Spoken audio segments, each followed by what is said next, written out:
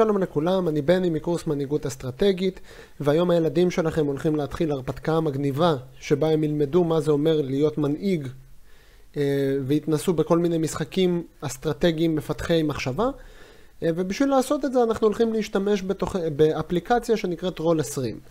זה בעצם אתר ואתם תקבלו לינק בקבוצת הוואטסאפ. אנחנו בעצם נעשה סרטון קצר שיראה לכם את תהליך הכניסה לרול 20. אז כמו שאמרתי, אתם תקבלו לינק לוואטסאפ, כשתלחצו עליו אתם תגיעו למשחק עצמו. יכול להיות שתגיעו לאיזה משהו כזה. אם לא התחברתם למשתמש מראש תקבלו מסך כזה. אז כל מה שאתם צריכים זה להכניס את האימייל שלכם ואת הסיסמה ותגיעו למסך כזה.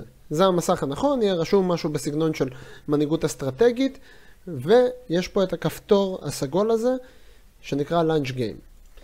אתם לוחצים עליו וזה יוביל למשחק עצמו.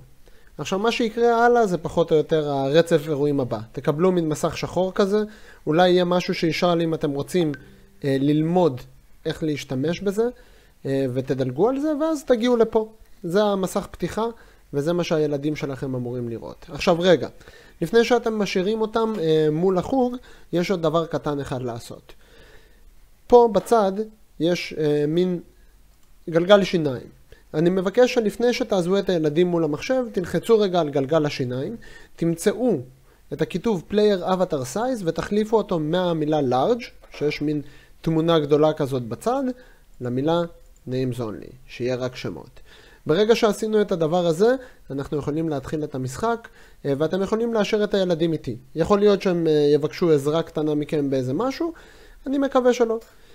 אז הולך להיות לנו שיעור נורא מעניין. תודה רבה על זמנכם.